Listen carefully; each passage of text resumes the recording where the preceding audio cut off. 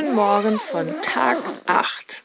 Wir packen hier gerade zusammen, zumindest mal das Innere des Zeltes. Und dann wird gleich das Zelt abgebaut und dann starten wir los. Wir haben wieder alles abgebaut, alles ordentlich hinterlassen, so wie es gehört. Gehen jetzt wieder los, haben noch 90 Kilometer.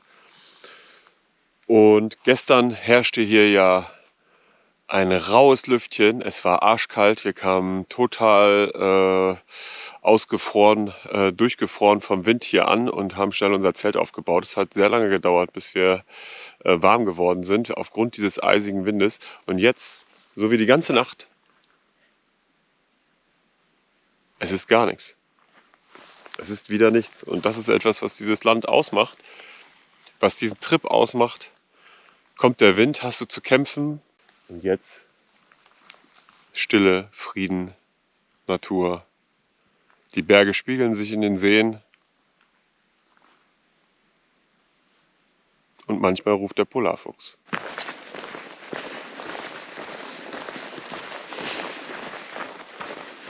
Super cool, wir haben gerade ein dänisches Pärchen getroffen. Die sind uns entgegengekommen, laufen also in die entgegengesetzte Richtung. Und wir haben mal gefragt, ob sie uns aushelfen können mit ein paar Utensilien aus dem First Aid Kit, damit wir weiterhin die Füße von Alex gut verarzten können. Und wir haben richtig viel tollen Kram bekommen. Also nochmal Wunddesinfektion, Pflaster, Tape, Wundauflagen. Also das war super helpful, total lieb. Jetzt ist die nächste Aufgabe, wenn wir noch mal jemanden sehen, fragen wir nach Klopapier, weil das ist nämlich auch ausgegangen. Also läuft nicht alles nach Plan, aber es sind alle auf dem Trail so lieb und helfen einander. Deswegen sind wir optimistisch, dass wir da nicht auf dem Trockenen sitzen bleiben.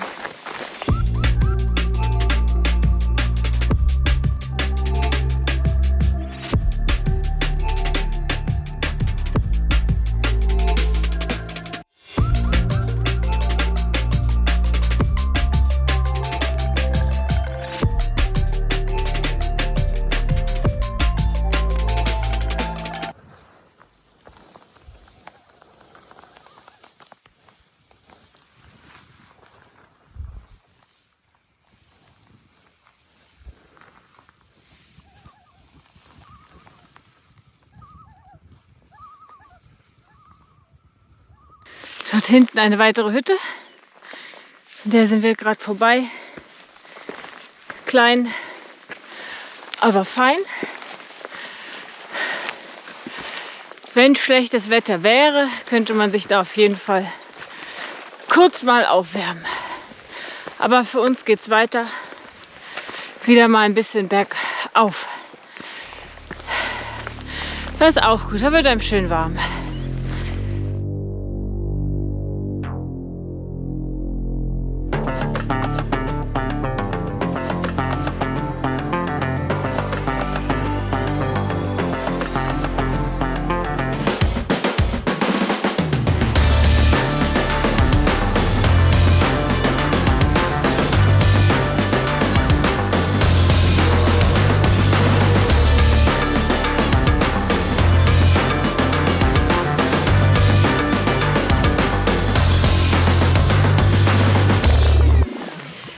So, wir verlassen jetzt diese wunderschöne Hochebene.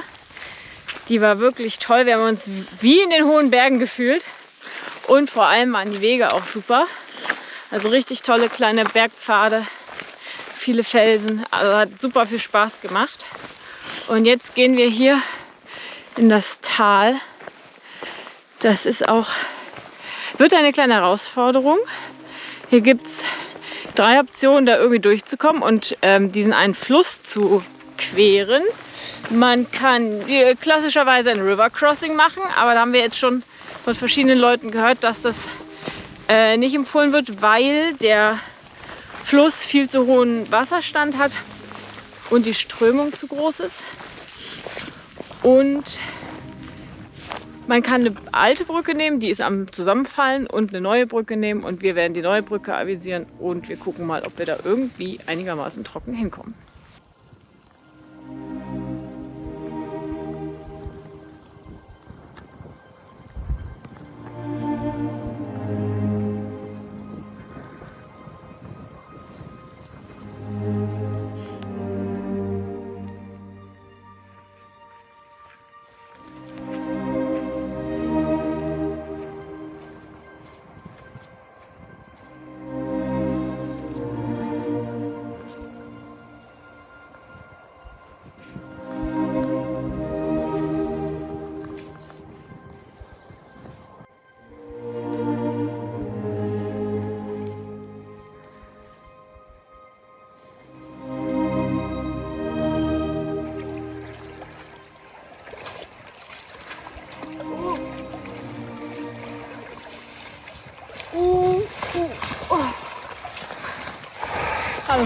So, wir sind immer noch auf der Suche nach der Brücke und schlagen uns hier durchs Feld. So kann man es, glaube ich, ganz gut sagen. Mussten schon wieder 2 Wasserstellen überwinden. Und das Schöne ist, die Sonne scheint die ganze Zeit. Wir konnten jetzt auch endlich unsere Jacke ausziehen.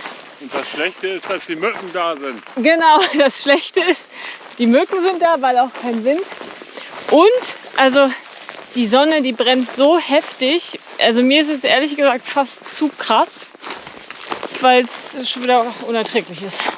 Also die Grenze zwischen Frieren und Schwitzen ist wirklich so nah. Damit hatte ich gar nicht gerechnet.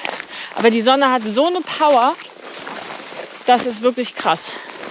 Ja, und wir tappern hier jetzt von Kern zu Kern, also von Steinmännchen zu Steinmännchen. Die sind markiert. Vielleicht sieht man diesen roten Punkt hier vor uns. Und wir hangeln uns jetzt von Steinchen zu Steinchen.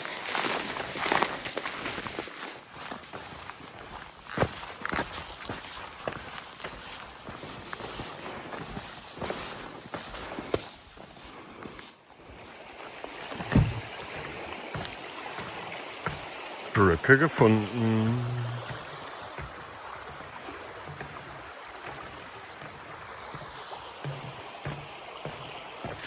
Die Brücke haben wir gefunden, haben dort gerade Müsli-Pause gemacht und jetzt sind wir wieder unterwegs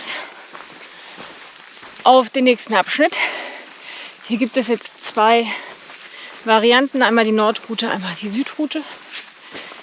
Und ursprünglich hatten wir die Südroute angepeilt, werden jetzt aber die Nordroute gehen aufgrund der Zeit. Und jetzt sind wir mal gespannt, was uns da erwartet. Die Sonne knallt auf jeden Fall immer noch heftig. Es sind super viele Mücken hier. Aber ansonsten ist alles schön.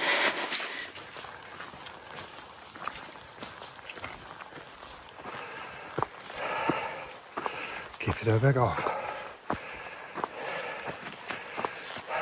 Nicht so wenig. Aber diesmal ohne Wind. Aber dafür ist der Trail ein LTV-Track.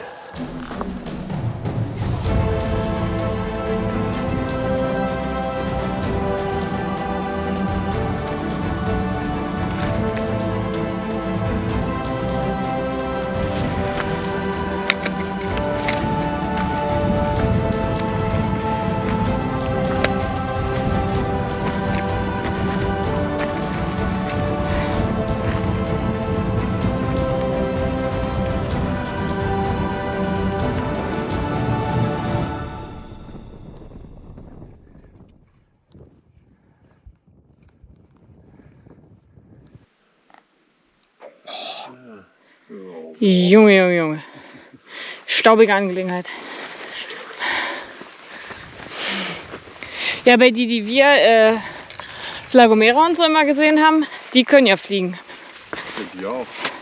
Also ich dachte, die können weder fliegen noch... Hier? Ja. Ja, die sind doch geflogen. Stimmt.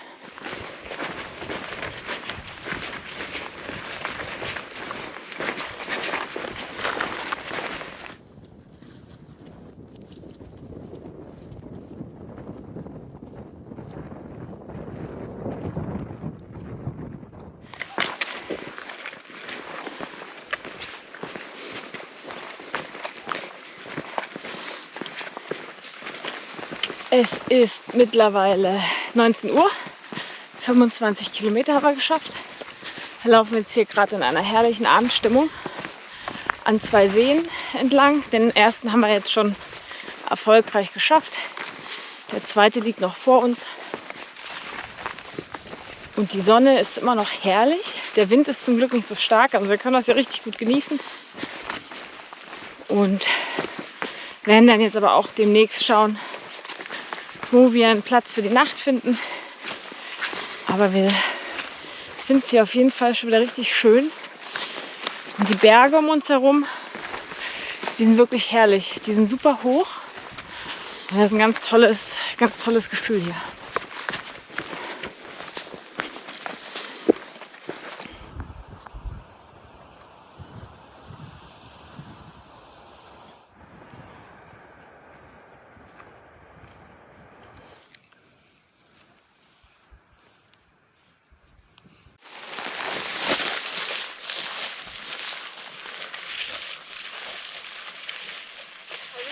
Also rein von der Fläche her ist es so natürlich besser.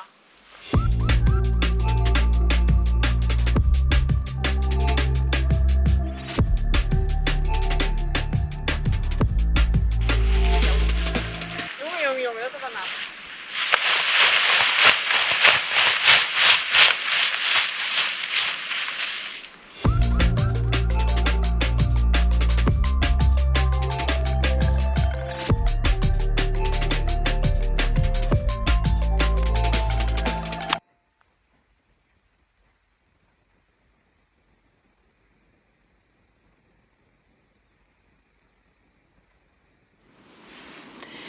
Es ist 22 Uhr.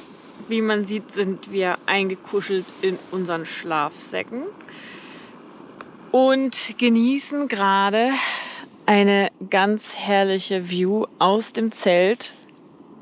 Wir haben die Seite komplett offen. Hier wird gerade noch das Wasser zubereitet für unsere Wärmflaschen. Ah ja, und hier sieht man übrigens auch mal ganz schön nasse Schuhe, Bagel-Bag als Plastiktüte quasi drin.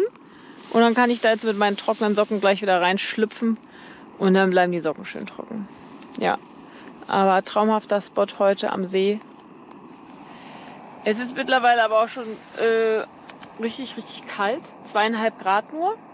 Steigende Luftfeuchtigkeit. Mal gucken, wie lange wir das so aushalten, so offen. Aber mit der Wärmflasche wird es doch, glaube ich, jetzt ganz muckelig. Und wir haben natürlich noch nicht gegessen. Das kommt dann erst nach der Wärmflasche. Ja. Gibt es noch was hinzuzufügen? Auf keinen Fall.